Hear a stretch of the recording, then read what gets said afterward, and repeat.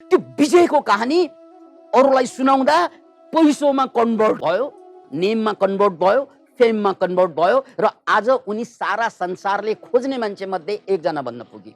र डाक्टरले उलाई जिन्दगीभर व्हीलचेयर बाउन्ड हुन्छ भनेको लगभग 3.5 महिनापछि उनी बिना अपरेसन अस्पतालबाट सही सलामत फर्के।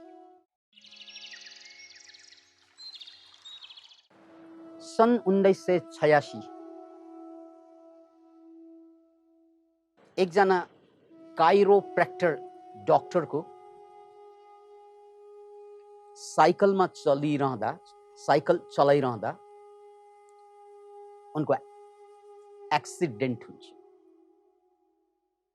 उनलाई पछाडिबाट एउटा ट्रकले 55 किलोमिटर प्रति घण्टाको स्पिडमा एउटा ट्रक आइरहेको हुन्छ र साइकललाई हानिदिन्छ पछाडिबाट। र मान्छे तिनी डाक्टर यस्तो नराम्ररी पछाडिन्छन्, यिनी बज्रिन्छन्। होस आउँदा अस्पतालको शय्यामा र डाक्टरले भयानक समाचार सुनाउँछ। समाचार के हो त भने,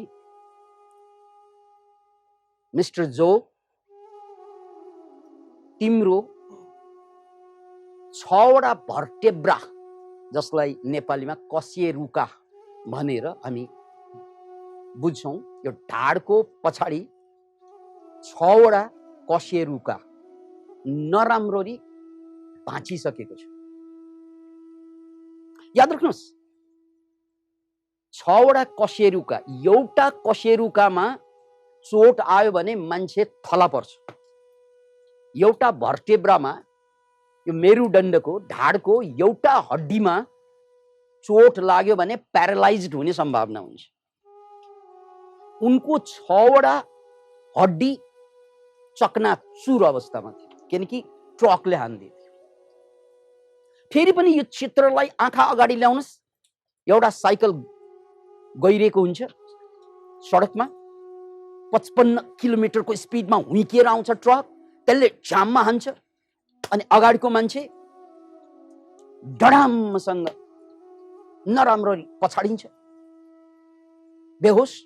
होस आउँदा अस्पतालको शय्यामा र त्यतिन्जेल डाक्टरहरूले पत्ता लगाइसकेको हुन्छ 6वटा कशेरुका झ्यामझुम गइसकेको हुन्छ।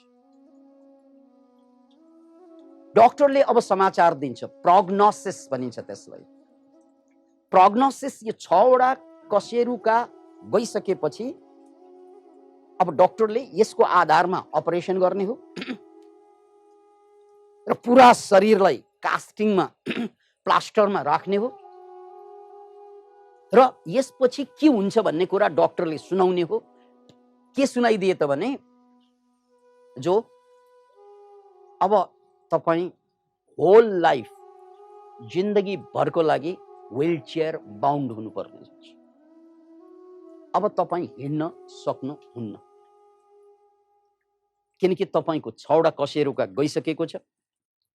अब अपरेसन गर्ने हो यसको विकल्प, र अपरेसनबाट यो ठीक चाहिँ हुँदैन। तर अपरेसन गरिएन भने यो दुखाइकै कारणले मर्न सक्छ मान्छे, त्यसकारण अपरेसन गर्नुपर्छ। र गरेर तपाई अब बाँकी जिन्दगी व्हीलचेयरमा बिताउने मानसिकता बनाउनु पर्छ। यदि यो कुरा मन्जुर छ भने हामी तपाईलाई अपरेसन गर्ने हो, मन्जुर छैन भने अब हजुरले के गर्ने हो सोच्ने हो। स्थिति बडो क्रिटिकल स्थिति। Can you imagine it? यस्तो अवस्था पनि कसै कसैलाई आइदिन्छ अचानक। उनी आफै पनि काइरोप्र्याक्टर डाक्टर थिए, तर उनी अल्टरनेटिभ मेडिसिन्सको डाक्टर भएको कारणले गर्दा, मेन स्ट्रिमबाट बाहिरको मेडिसिन्स भएको कारणले गर्दा उनले थुप्रै माइन्ड, बडी र सोलको बारेमा जानेका थिए र ती माइन्ड, बडी, सोल अर्थात् शरीर मन र आत्मा, यी तीन कुराले कसरी काम गर्छ भन्ने कुरा अगाडिदेखि नै उनी आफ्नो प्र्याक्टिसमा पनि अरू पेसेन्टलाई बुझाउने गरेकै विषय हो र आफूले पनि अध्ययन अनुसन्धान गर्दै आएकै विषय हो। त्यसकारण उनले एकछिन सोचेर, जोले एकछिन सोचेर डाक्टरलाई जवाफ दिन्छन्, डाक्टर साहब म अपरेसन गर्दिन, गराउँदिन। अनि कसरी सन्चो हुने त?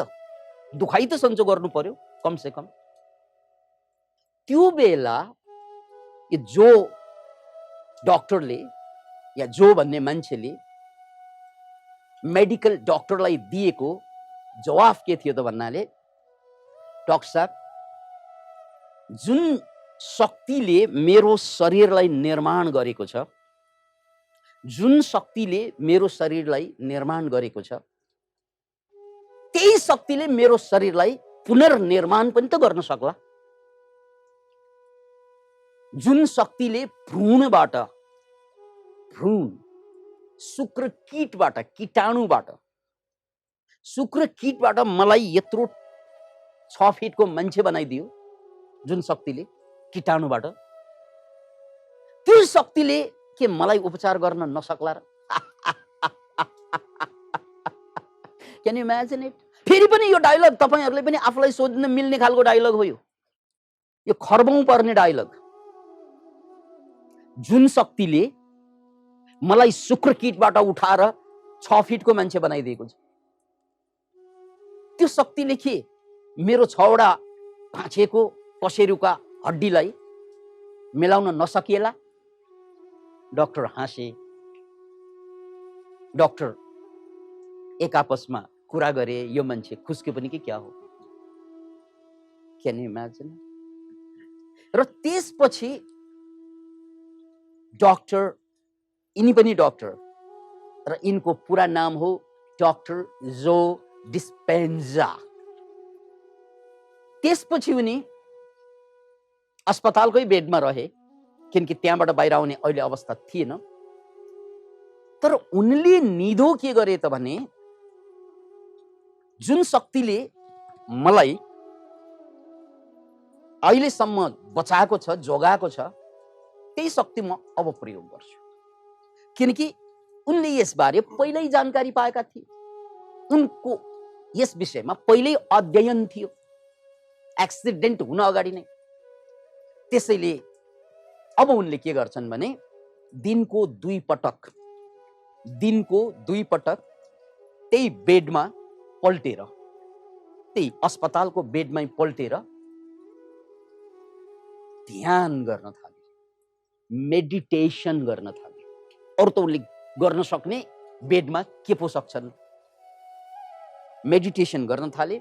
बिहान र बेलुका 2-2 घण्टाको 2 वटा मेडिटेसन।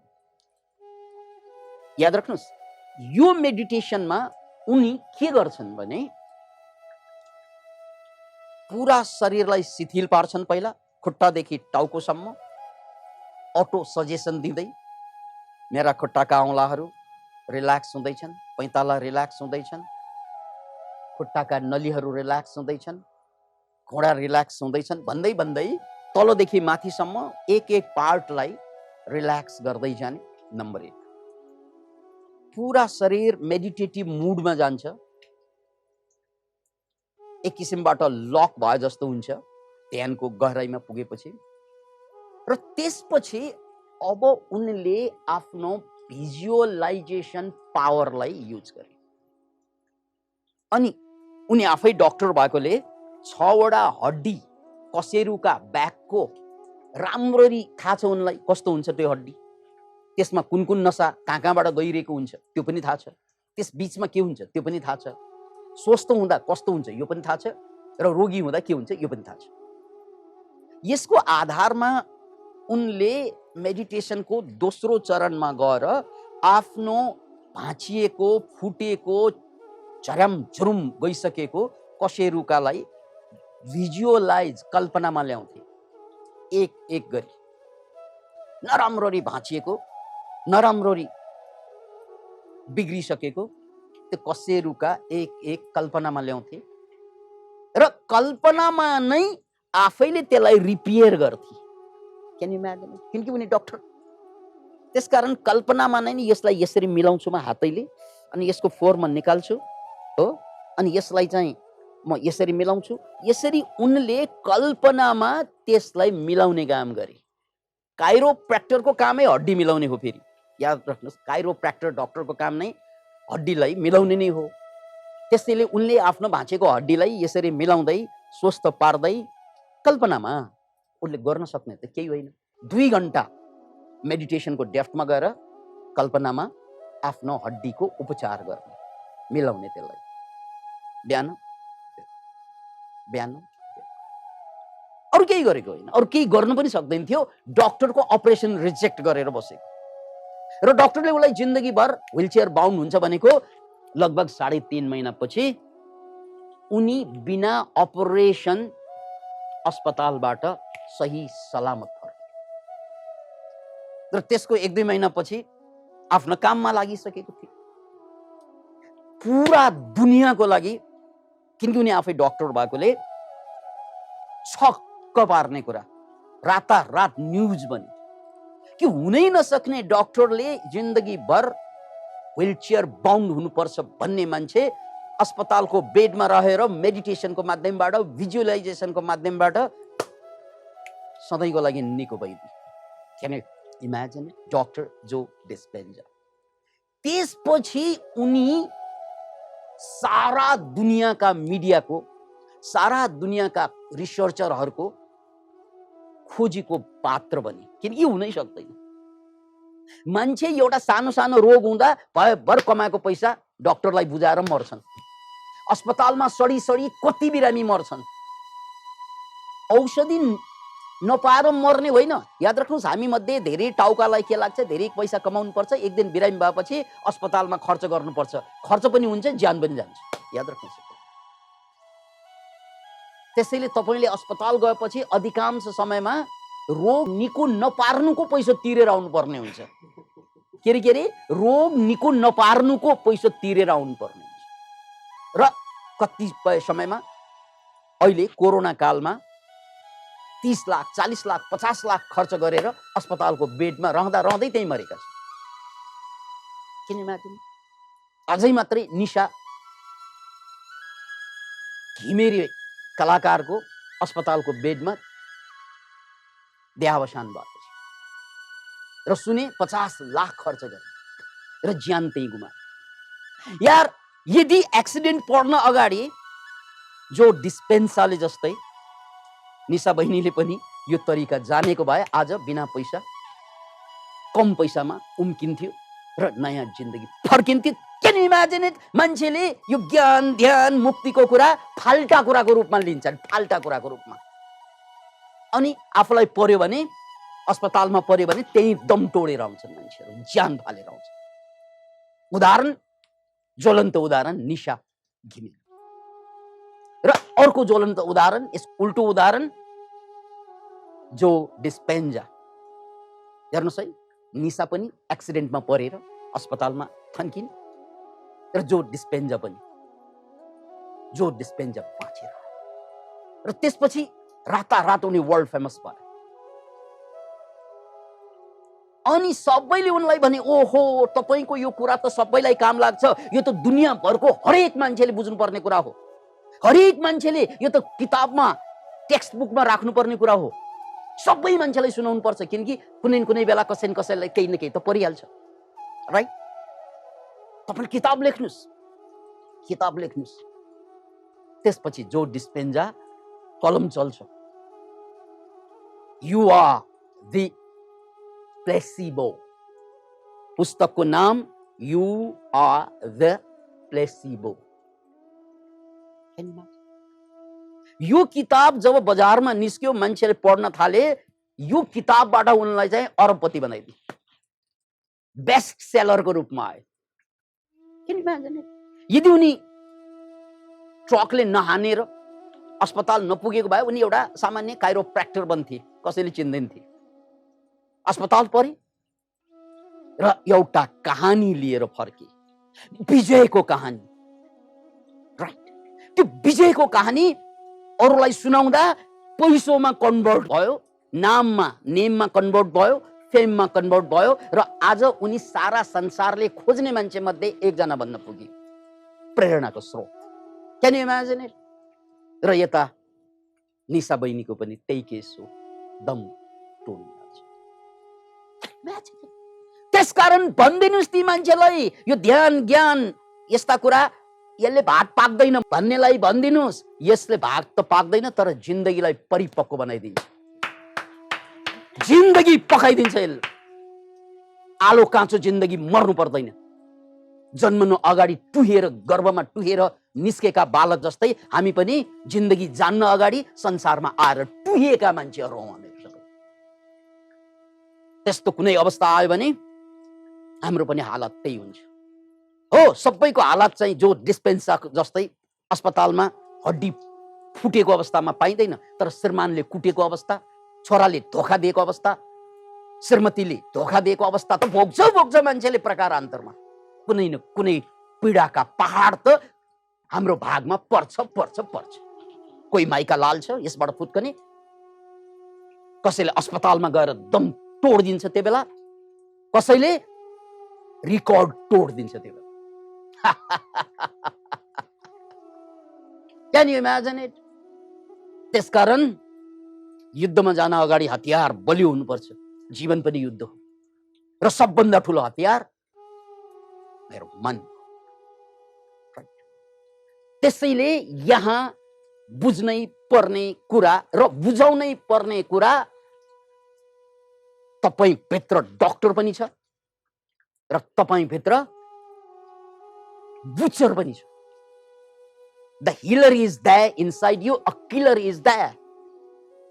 डाक्टर जो डिस्पेन्जाको पुस्तक यु आर द प्लेसिबोमा सबभन्दा ठुलो उनले हामीलाई पस्केको कुरा के हो त भने, त्यो किताबमा बारम्बार टेलिभिजनमा सोधेको उनलाई कुरा कि यो अवस्थामा मान्छे कुनै न कुनै बेला पुग्छन् पीडाको दर्दको अवस्थामा। त्यहाँबाट बाहिर निस्कनको लागि तपाईले जसरी बाहिर निस्कनको लागि प्रयोग गर्नुभयो टेक्निक, भिजुअलाइजेसनको, मेडिटेसनको टेक्निक प्रयोग गर्नुभयो र यसको साथसाथै अरु के गर्नुभयो? सबभन्दा पहिला जीवन बुझ्नुपर्छ, आफूलाई बुझ्नुपर्छ, आफूलाई चिन्नुपर्छ। आफूभित्र के कारणले ताकत आउँछ, के कारणले आफूभित्र कमजोरी जन्मिन्छ, यो चिन्नुपर्छ। तपाई भित्र, हरेक मान्छे भित्र एउटा डाक्टर पनि हुन्छ, नेचुरल डाक्टर।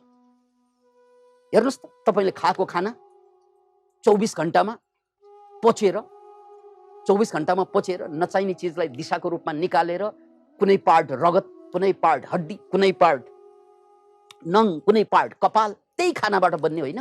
अनि भोजनबाट नङ्ग्रा बनाउने, भोजनबाट कपाल बनाउने, भोजनबाट सियान बनाउने, भोजनबाट हर्मोन बनाउने काम कसले गरिरहेको छ त्यो भित्र? That is the intelligence.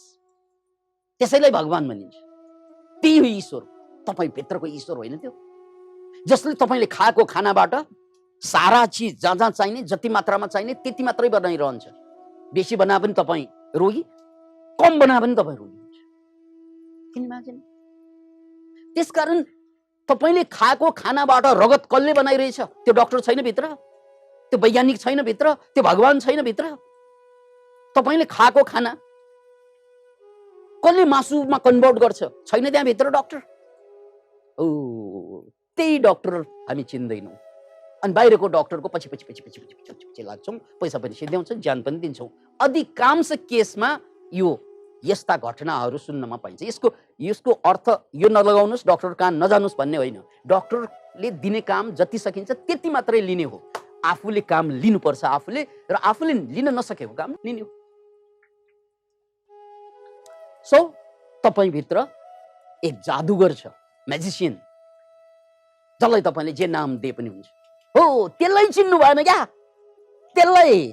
So पहिलो काम आफूलाई चिन्नु, आफू भित्रको मेडिटेसनको शक्ति, भिजुअलाइजेसनको शक्ति, इम्युन सिस्टमको शक्ति, त्यसलाई बुझ्ने हो, प्लेसिबोको शक्ति बुझ्ने हो। यो बुझिएन भने मान्छेले आफूलाई भरोसै गर्न सक्दैन, किनकि ऊ जिन्दगीभर आफूलाई बुझ्नुभन्दा अरूलाई बुझ्नुको पछि पछि पछि पछि पछि पछि लागेको हुन्छ। ऊ आफूलाई बुझ्न चाहँदैन, अरूलाई बुझ्न, स्वास्नी बुझ्न चाहन्छ, छोरा बुझ्न चाहन्छ, श्रीमान बुझ्न चाहन्छ, अरूलाई बुझ्ने तर्खरमा ऊ आफूलाई चाहिँ बिर्सन्छ।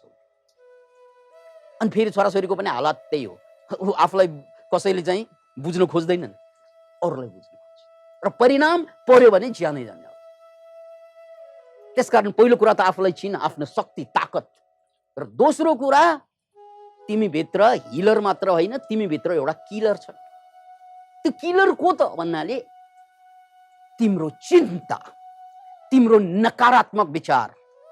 हेर्नुहोस् है, जो डिस्पेन्जाबाट आएको कुरा, तिमीलाई रोगी बनाउने तत्त्व तिमी भित्रै छ, तिम्रो चिन्ताको रूपमा, तिम्रो तनावको रूपमा, तिम्रो नेगेटिभ थिङ्किङको रूपमा।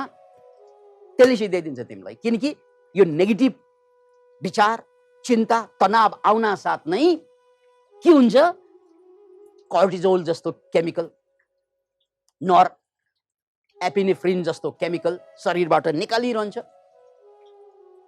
त्यो केमिकल धेरै निस्क्यो भने शरीर ड्यामेज हुँदै जान्छ। अलिअलि निस्कँदा बल आउँछ, ताकत आउँछ। जस्तै तपाईँले बाघलाई देख्यो भने भाग्नु पर्यो, त्यो बाघलाई देख्न साथ त्यही केमिकल निस्कने हो, स्ट्रेस हर्मोन।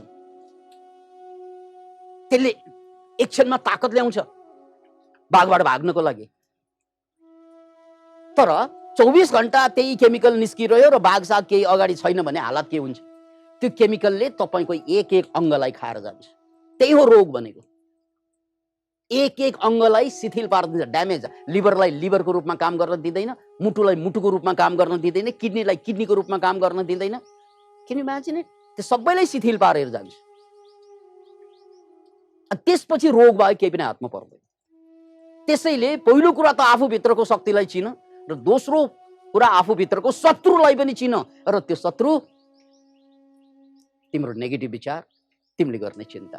बिहान आँखा खोलेदेखि आँखा बेलुका नझिम्काउन्जेलसम्म, चपक्क आँखा नलागेसम्म हामी के गर्छौँ? खाली चिन्ता गर्छौँ।